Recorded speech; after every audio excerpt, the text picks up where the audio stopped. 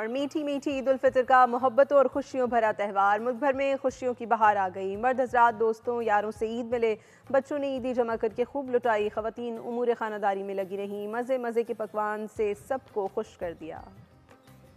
ईद उल फितर का मोहब्बतों भरा त्यौहार, हर तरफ खुशियां ही खुशियां। बड़ों ने ईदी बांटी, छोटों ने खूब उड़ाई, खवातीन ने किचन संभाल लिया। कराची में मीठी ईद पर मीठे मीठे पकवानों का एहतमाम किया गया। खातून खाना ने किचन में मोर्चा संभाला। दावत के लिए शीर खुरमा, सिवैयां और लजीज कबाब बनाए। सवैयों के बगैर तो ईद होती ही नहीं है हमारे यहाँ, तो बल्कि सभी की ऐसी होती है, लेकिन हर एक का अलग अलग सवई पकाने का अंदाज होता है।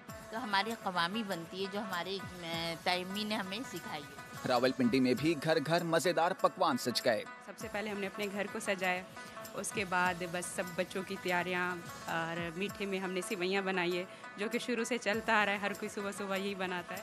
लाहौर में भी ईदी की खुशियों के रंग हर तरफ फैल गए। बच्चों ने ईदी समेट कर खूब खर्च की, बड़े भी खूब इंजॉय करते रहे। टाइगर भी मतलब के सही है, लेकिन ज़्यादा ज़ेब्रा ही पसंद है मुझे। ईदी कितनी जमा?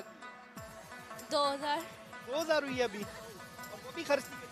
कोई मसला नहीं, फिर मिल जाएगी। पेशावर में बच्चों ने जिद की तो वालिदैन भी बच्चों को पार्कों में ले जाने पर मजबूर हो गए। कभी झूला झूला है, गौरव पे भी घूमे हैं। मेरे मामू, चाचू, चाची सब ने मुझे ईद दी है और हम लोग यहाँ पे झूले झूले। शहर इक़्तिदार के बासी भी ईद का पहला दिन खूब इंजॉय करते रहे।